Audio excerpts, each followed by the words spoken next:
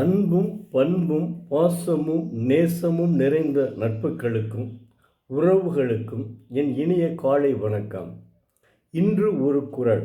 அதிகாரம் 11. செய்நன்றி அறிதல். பயன்தூக்கார் செய்த உதவி நயன்தூக்கின் நன்மை கடலினும் பெரிது.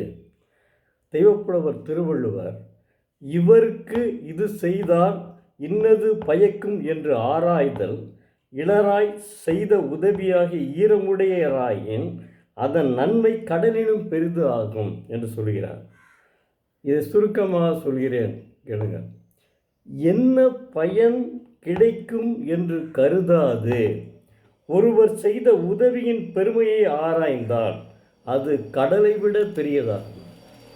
என்ன அற்புதமாக சொல்லியிருக்கார் பாருங்க. ஒரு உதவியை செய்து என்ன பயன் கிடைக்கும் என்று அறியாமல் என்ன பயன் கிடைக்கும் என்று கருதாது ஒருவர் செய்த உதவியினுடைய பெருமையை ஆராய்ந்தால் அது கடலை விட பெரியதாகும். என்ன அற்புதமாக கடலை விட பெருசுன்னு சொல்கிறார் அந்த உதவி. இப்போ யாரையுமே இப்போ ஒருத்தர் இருக்கார், அவர் ஏதோ ஒருத்தர் நடந்து தவறாக கீழே விழுந்துட்டா ஏதோ செஞ்சுட்டா அவனை தக்க தூக்கி விட்டு அதனால் அவருக்கு எந்த விதமான அடியும் படலைன்னு வைங்க, அவர் செஞ்ச உதவி கடலினும் பெரு. அது அவர் அதை பயனாக நினச்சி செய்யலை.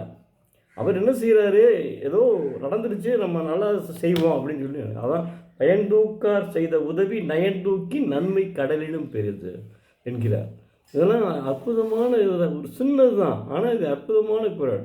சில பேர் அவன் பாட்டுக்கு போயிட்டே இருப்பான். அடித்து கிடக்கும் ஒருத்தன் ஆக்சிடெண்ட் ஆகி கிடக்கும், இவன் பார்த்துட்டு பார்க்காத மாதிரி போயிட்டே இருப்பான். இல்லைன்னா செல்ஃபி எடுத்துகிட்டு இருப்பான், அதை போய் செல்ஃபோனில் எடுத்துகிட்டு இருப்பான். அதான் தேவை, நம்ம மட்டும் என்னென்ன செய்யணும் அப்படின்னு நினைக்கணும்ல. அதைத்தான் இவர் சொல்கிறார், வேற ஒன்றும்ல. அதுக்கடுத்து அதிகாரம் 12 நடுவு நிலைமை. செப்பம் உடையவன் ஆக்கம் சிதைவு இன்றி எச்சத்திற்கு ஏமாப்பு உடைத்து.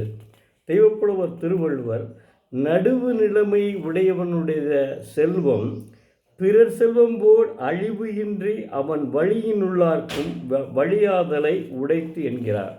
சுருக்கமாக சொல்கிறேன் கேளுங்க.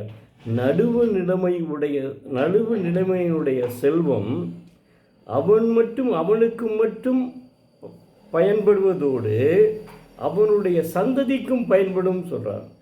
என்ன அற்புதம் சொல்கிறார். நடுவு நிலைமையுடைய செல்வம் அழிந்து போகாமல் அவனது சந்ததிக்கும் உதவக்கூடியதாகும்.